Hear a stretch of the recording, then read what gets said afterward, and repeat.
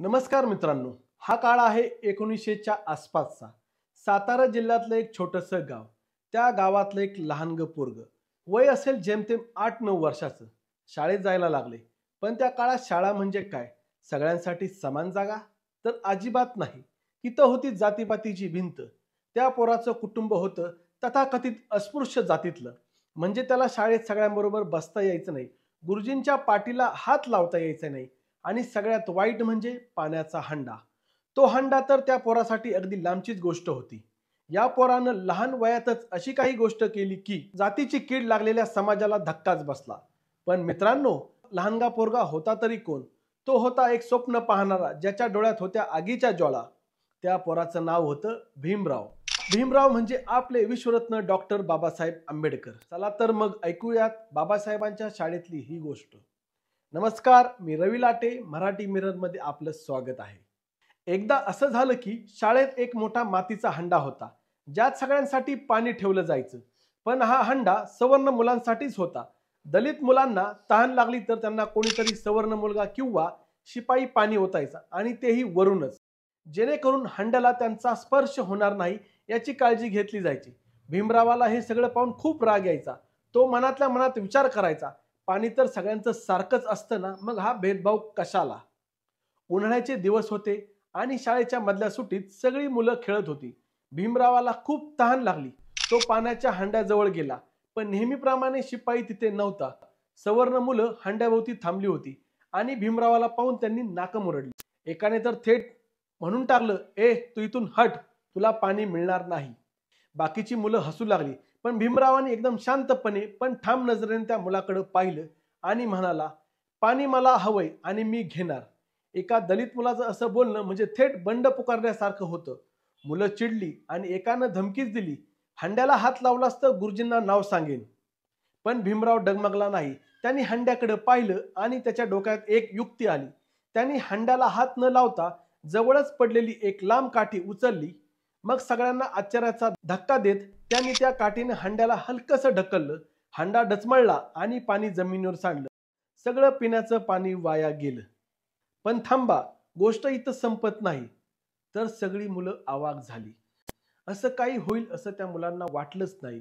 त्या सवर्ण मुलांना भीमराव शांतपणे म्हणाला, आता पाणी कोणाचंच राहिलं नाही.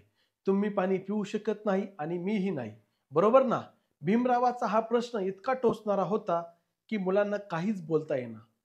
तेवढ्यात शिपाई आला आणि सांडलेलं पाणी पाहून भडकला. त्याने मुलांना विचारलं, हे कोणी केलं? मग कोणीच भीमरावाचं नाव सांगितलं नाही. काहींना तर त्याचं धाडस इतकं आवडलं आणि ते गप्प बसले, तर काही मुलं घाबरली. गुरुजींनाही कळलं. तेव्हा त्यांनी भीमरावाला बोलावलं.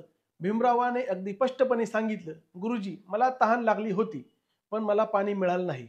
मग मी ठरवलं, जर मला पाणी मिळत नाही तर कोणालाच मिळायला नको. गुरुजींना भीमाचा राग आला, पण त्यांना भीमरावाचं हे धैर्य पाहून आणि तर्क पाहून त्यांना काहीच बोलता आलं नाही. त्यांनी फक्त एवढंच म्हटलं, पुढच्या वेळी असं करू नकोस, नाहीतर तुला जबर शिक्षा मिळेल. मित्रांनो, हा छोटासा क्षण तुम्हाला साधा वाटेल, पण यात आहे बाबासाहेबांच्या क्रांतीचं बीज. त्या लहानग्या भीमरावानं त्या दिवशी ठरवलं की तो अन्याय सहन करणार नाही, आणि हाच विचार त्याने आयुष्यभर पुढे नेला. या पाण्याच्या हंड्याच्या किस्स्याचं बाबासाहेबांच्या लहान वयातच त्यांच्या बंडखोर आणि न्यायासाठी लढणाऱ्या स्वभावाचं दर्शन घडवतो. त्यांनी थेट हंडा फोडला नाही, तर चतुराईने सगळ्यांना एक धडा शिकवला. अन्याय सहन करण्यापेक्षा त्याला तोंड देणं महत्वाचं आहे. हा प्रसंग त्यांच्या आयुष्यातील पहिलं सामाजिक बंड ठरलं. अस्पृश्यतेच्या विरोधात लढा असाच निर्भयपणे लढला.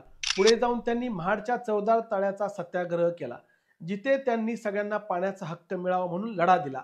आणि त्याच विचाराने त्यांनी लिहिलं भारताचं संविधान, ज्याने प्रत्येक भारतीयाला समान हक्क दिले.